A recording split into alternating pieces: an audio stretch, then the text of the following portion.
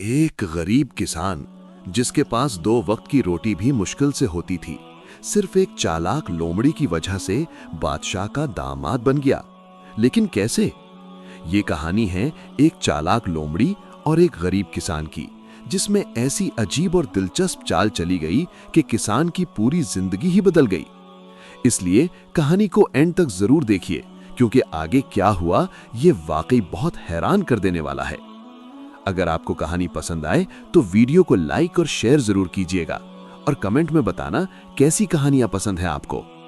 तो चलिए कहानी शुरू करते हैं। बहुत पुराने जमाने की बात है। एक छोटे से गांव में मुअज़्ज़म नाम का एक गरीब किसान रहता था। उसकी जिंदगी बहुत सादगी और तंगी में गुजर रही थी। मुअज़्ज़म अभी तक शादीशुदा नहीं था। वो पूरा दिन खेतों में मेहनत करता, कभी किसी के खेत जोत देता और कभी मजदूरी करके कुछ पैसे कमा लेता। जो थोड़ी सी कमाई होती उसी से उसका गुजारा होता था। उसकी हालत इतनी ज्यादा कमजोर थी कि वो मुश्किल से अपना पेट भर पाता था। इसी वजह से उसने कभी शादी का ख्याल भी नहीं किया था। एक दिन मुअज़्ज़म का दिल अचानक खिचड़ी खाने को चाहा। काफी अरसे से उसने खिचड़ी नहीं खाई थी। उसने सोचा आज कुछ अच्छा बनाकर खाया जाए। इसलिए वो गांव के छोटे से बाजार गया और वहां से थोड़ा सा चावल और मूंग की दाल खरीद कर ले आया। घर आकर मुअज़्ज़म ने बड़े शौक से चूल्हा जलाया और खिचड़ी पकानी शुरू कर दी। थोड़ी देर बाद जब खिचड़ी अच्छी तरह पककर तैयार हो गई तो उसकी खुशबू पूरे घर में फैल गई। मुअज़्ज़म ने खिचड़ी को एक बड़ी सी थाली में निकाल कर रख दिया ताकि थोड़ी ठंडी हो जाए और आराम से खाई जा सके। फिर उसने सोचा कि जब तक खिचड़ी ठंडी होती है तब तक वो गांव के कुछ लोगों का काम निपटा आए। कुछ लोगों ने उससे खेती का छोटा मोटा काम करवाया था और मुअज़्ज़म को उनसे अपनी मजदूरी भी लेनी थी। ये सोचकर मुअज़्ज़म खिचड़ी को घर में रखकर बाहर चला गया। इत्तेफाक से उसी वक्त जंगल से एक लोमड़ी इधर उधर घूमती फिरती गांव की तरफ आ निकली। वो काफी देर से भूखी थी और खाने की तलाश में थी। जब वो मुअज़्ज़म के घर के पास से गुजरी तो उसने देखा कि घर का दरवाजा आधा खुला हुआ है और अंदर कोई मौजूद नहीं। लोमड़ी धीरे से अंदर घुस गई। जैसे ही उसकी नजर उस बड़ी सी थाली पर पड़ी जिसमें गर्मा गर्म खिचड़ी रखी हुई थी, उसके मुंह में पानी आ गया। भूखी होने की वजह से उसने ज्यादा देर सोचने की जरूरत महसूस नहीं की और फौरन खिचड़ी खाना शुरू कर दी। वो बड़े मजे से खिचड़ी खाती जा रही थी, मगर अभी वो पूरी खिचड़ी खत्म भी नहीं कर पाई थी कि अचानक मुअज़्ज़म वापस घर आ गया। मुअज़्ज़म जल्दी इसलिए लौट आया था क्योंकि उसका दिल बेचैन था और वो जल्दी से अपनी बनाई हुई खिचड़ी खाना चाहता था।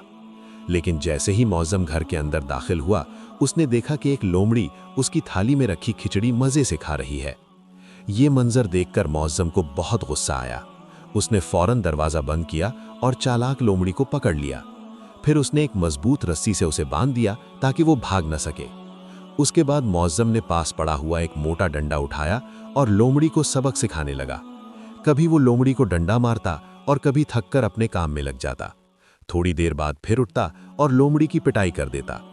बेचारी लोमड़ी दर्द से कराह रही थी और दिल ही दिल में सोच रही थी कि अगर ये किसान इसी तरह मुझे मारता रहा तो मेरी जान बचना मुश्किल हो जाएगा।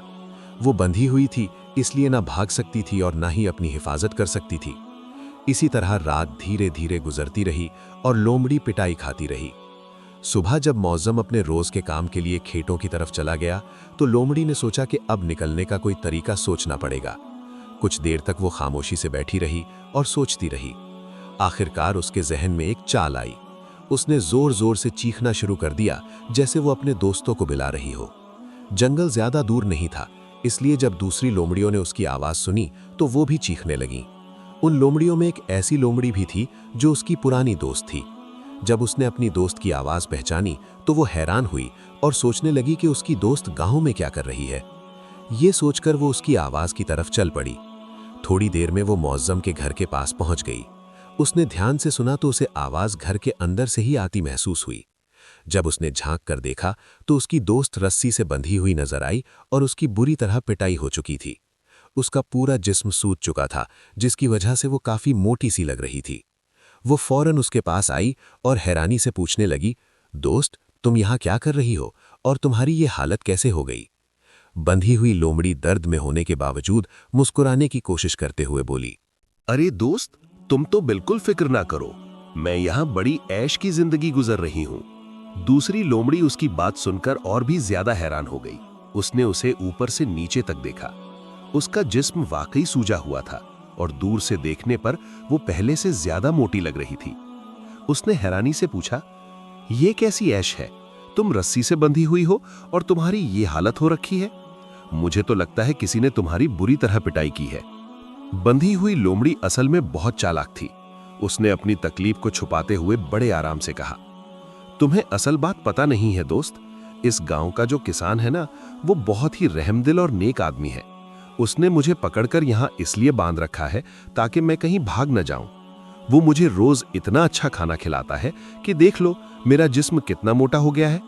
दूसरी लोमड़ी अब उसकी बात बड़े गौर से सुन रही थी। उसने फिर उसके जिस्म को देखा और सोचा कि शायद ये सच कह रही है। उसने फिर पूछा, अच्छा ये बताओ, तुम्हें रोज क्या खाने को मिलता है? बंधी हुई लोमड़ी ने थोड़ा सा फक्र के साथ जवाब दिया, रोज मुझे हलवा, पूरी और भी मजेदार चीजें खाने को मिलती हैं। इसीलिए कुछ ही दिनों में मेरी ये हालत हो गई है। ये सुनते ही दूसरी लोमड़ी के मुंह में पानी आ गया। उसने कभी इतना अच्छा खाना नहीं खाया था। जंगल में तो मुश्किल से कुछ मिल पाता था। उसने लालच भरी आवाज में कहा, वाह दोस्त, तुम तो वाकई नसीब वाली निकली। अगर मुझे भी ऐसा खाना मिल जाए तो क्या ही बात हो। बंधी हुई लोमड़ी ने जब देखा कि उसकी दोस्त उसकी बातों में पूरी तरह फंस चुकी है, तो उसने धीरे से एक और चाल चली। वो बोली, तुम मेरी पुरानी दोस्त हो, अगर चाहो तो मैं तुम्हारी मदद कर सकती हूं। दूसरी लोमड़ी फौरन उत्सुक होकर बोली, कैसे? बंधी हुई लोमड़ी धीरे से बोली, तुम मेरी रस्सी खोल दो और मेरी जगह खुद बन जाओ। फिर मैं यहां से चली जाऊंगी और जब किसान वापस आएगा तो वो समझेगा कि मैं ही यहां बंधी हूं। फिर वो तुम्हें भी रोज वही मजेदार खाने खिलाएगा। दूसरी लोमड़ी उस वक्त लालच में इतनी अंधी हो चुकी थी कि उसने जरा भी सोचने की जरूरत महसूस नहीं की। वो खुशी खुशी बोली, ये तो बहुत अच्छा मौका है। मैं भी कुछ दिनों के लिए आराम की जिंदगी जी लूं। जंगल में तो हर वक्त भूख और खतरा रहता है। फिर उसने फौरन बंधी हुई लोमड़ी की रस्सी खोल दी। जैसे ही रस्सी खुली, चालाक लोमड़ी फौरन आजाद हो गई। उसने तेजी से अपनी दोस्त को वही रस्सी से बांध दिया। दूसरी लोमड़ी अब रस्सी में फंस चुकी थी। उसने घबराकर कहा, अरे दोस्त, जरा धीरे बांधो। मगर चालाक लोमड़ी ने उसकी बात का कोई जवाब नहीं दिया और जल्दी से वहां से भाग निकली। अब बेचारी दूसरी लोमड़ी अकेली रस्सी से बंधी रह गई। कुछ देर बाद जब मौज़्ज़म अपने काम से वापस घर आया तो उसने अंदर आते ही पास पड़ा हुआ डंडा उठा लिया। उसका गुस्सा अभी तक ठंडा नहीं हुआ था। उसने बिना कुछ सोचे समझे लोमड़ी पर डंडा बरसाना शुरू कर दिया। बेचारी दूसरी लोमड़ी जोर जोर से चीखने लगी। वो हैरान भी थी और परेशान भी। उसने दिल में सोचा, ये कैसी हलवा पूरी है जो मुझे मिल रही है। मगर मौज़्ज़म का गुस्सा कम होने का नाम ही नहीं ले रहा था। आखिर तंग आकर लोमड़ी चीख कर बोली, अरे किसान, तुम मुझे क्यों मार रहे हो? मैंने तुम्हारा क्या बिगाड़ा है? जब मौज़्ज़म ने लोमड़ी को इंसानों की तरह बात करते सुना तो वो एकदम रुक गया। उसने हैरानी से कहा, अरे तुम बोल भी सकती हो? लोमड़ी ने जल्दी जल्दी कहा, मैं वो लोमड़ी नहीं हूं जिसने तुम्हारी खिचड़ी खाई थी। फिर उसने सारी कहानी तफसील से सुना दी। उसने बताया कि कैसे उसकी दोस्त उसे धोखा देकर भाग गई और उसे यहां बांध कर चली गई। मगर मौज़्ज़म को उसकी बात पर जरा भी यकीन नहीं आया। उसने गुस्से में कहा, तुम लोग बहुत चालाक होते हो। मुझे बेवकूफ बनाने की कोशिश मत करो। जब तक मेरी खिचड़ी का बदला पूरा नहीं हो जाता, मैं तुम्हें नहीं छोड़ूंगा। ये सुनकर लोमड़ी और भी ज्यादा घबरा गई। उसने सोचा अगर अब भी कोई चाल ना चली तो ये किसान उसकी जान ले लेगा। तब उसने फौरन एक नया झूठ सोचा। वो मिन्नत भरी आवाज में बोली, अगर तुम मुझे आजाद कर दो तो मैं तुम्हारी शादी बादशाह की बेटी से करवा सकती हूं। मौज़्ज़म ये सुनकर बिल्कुल हैरान रह गया। उसने आंखें फैलाते हुए कहा, क्या कहा तुमने? मैं एक गरीब किसान और मेरी शादी बादशाह की बेटी से? लोमड़ी ने पुरएतमाद लहजे में कहा, हाँ, मैं सच कह रही हूं। अगर तुम मुझे छोड़ दो तो मैं अपनी चालाकी से तुम्हारी शादी बादशाह की बेटी से जरूर करवा दूंगी। मौज़्ज़म कुछ देर तक चुप खड़ा सोचता रहा। उसे समझ नहीं आ रहा था कि ये लोमड़ी सच बोल रही है या झूठ। मगर लोमड़ी बार बार यकीन दिलाती रही कि वो अपना वादा जरूर पूरा करेगी। आखिर मौज़्ज़म ने सोचा, वैसे भी अगर ये झूठ बोल रही है तो मुझे कोई नुकसान नहीं होगा। ये सोचकर उसने लोमड़ी की रस्सी खोल दी। आजाद होते ही लोमड़ी ने गहरी सांस ली और बोली, तुम फिक्र मत करो, मैं जल्द ही तुम्हारे लिए खुशखबरी लेकर लौटूंगी। ये कहकर वो फौरन वहां से जंगल की तरफ भाग गई।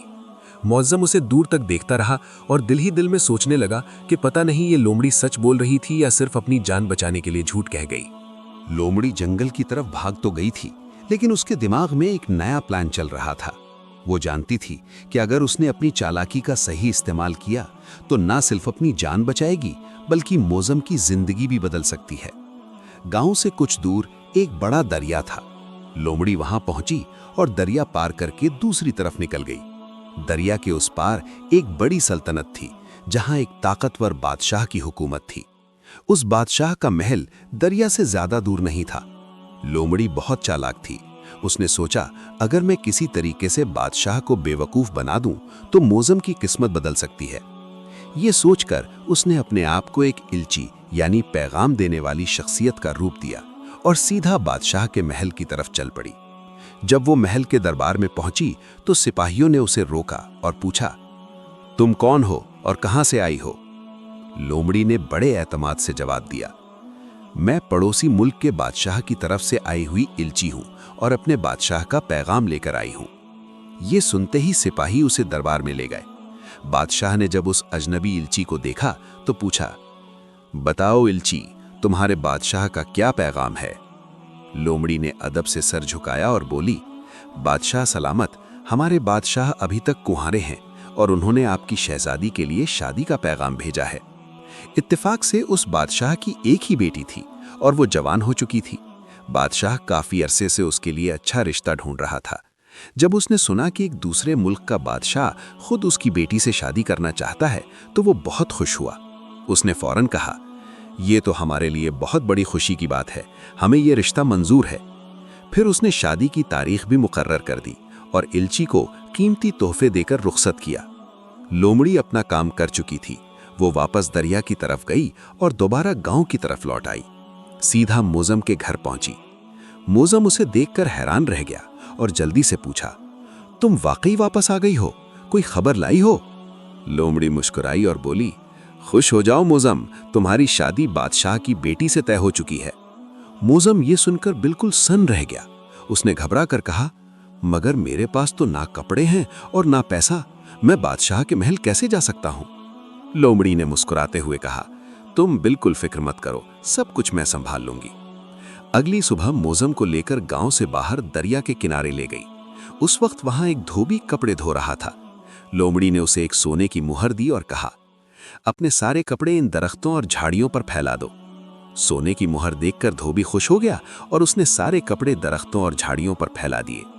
उसके बाद लोमड़ी एक रुई बेचने वाले के पास गई और उसे भी एक सोने की मुहर देकर कहा कि कुछ धुनी हुई रुई दरिया के पास रख दो। जब सब तैयारी हो गई तो लोमड़ी ने मौसम से कहा, अब तुम बस मेरी बात ध्यान से सुनो और वैसा ही करो जैसा मैं कहूं। फिर लोमड़ी दरिया पार करके बादशाह के महल की तरफ चली गई और दोबारा इल्ची का रूप बना लिया। उधर मौसम ने लोमड़ी की हिदायत के मुताबिक धोबी को कहा कि अपने कपड़े वापस जमा कर लो। जैसे ही धोबी ने कपड़े उतार लिए, मौसम ने रुई के गोले दरिया में फेंकने शुरू कर दिए। दूर से देखने पर वो रुई के गोले ऐसे लग रहे थे जैसे दरिया में बड़ी बड़ी किश्तियां डूब रही हों। उधर बादशाह महल की छत पर खड़ा बारात का इंतजार कर रहा था। उसने दरिया के उस पार फैले कपड़े देखे तो उसे लगा कि बारात वहां उतर चुकी है। तभी लोमड़ी रोती हुई दरबार में पहुंची। बादशाह घबराकर पूछा, क्या हुआ, बारात कहाँ है? लोमड़ी ने रोते हुए कहा, बादशाह सलामत, जब हमारे बादशाह बारात के साथ दरिया पार कर रहे थे तो अचानक तूफान आ गया। सारी किश्तियां डूब गईं, सारा साजो सामान, सिपाही और वजीर सब दरिया में डूब गए। बादशाह घबराकर बोला, हमारे होने वाले दामाद का क्या हुआ? लोमड़ी ने जवाब दिया, खुशकिस्मती से सिर्फ हमारे बादशाह बच गए हैं, मगर उनके कपड़े भी फट चुके हैं और वो दरिया के उस पार अकेले बैठे हैं। ये सुनते ही बादशाह ने फौरन अपने सिपाहियों को हुक्म दिया, जाओ और हमारे दामाद को इज्जत के साथ महल लेकर आओ। सिपाही किश्ती लेकर दरिया पार गए और मौसम को ले आए। मौसम तो खुद हैरान था कि उसके साथ क्या हो रहा है।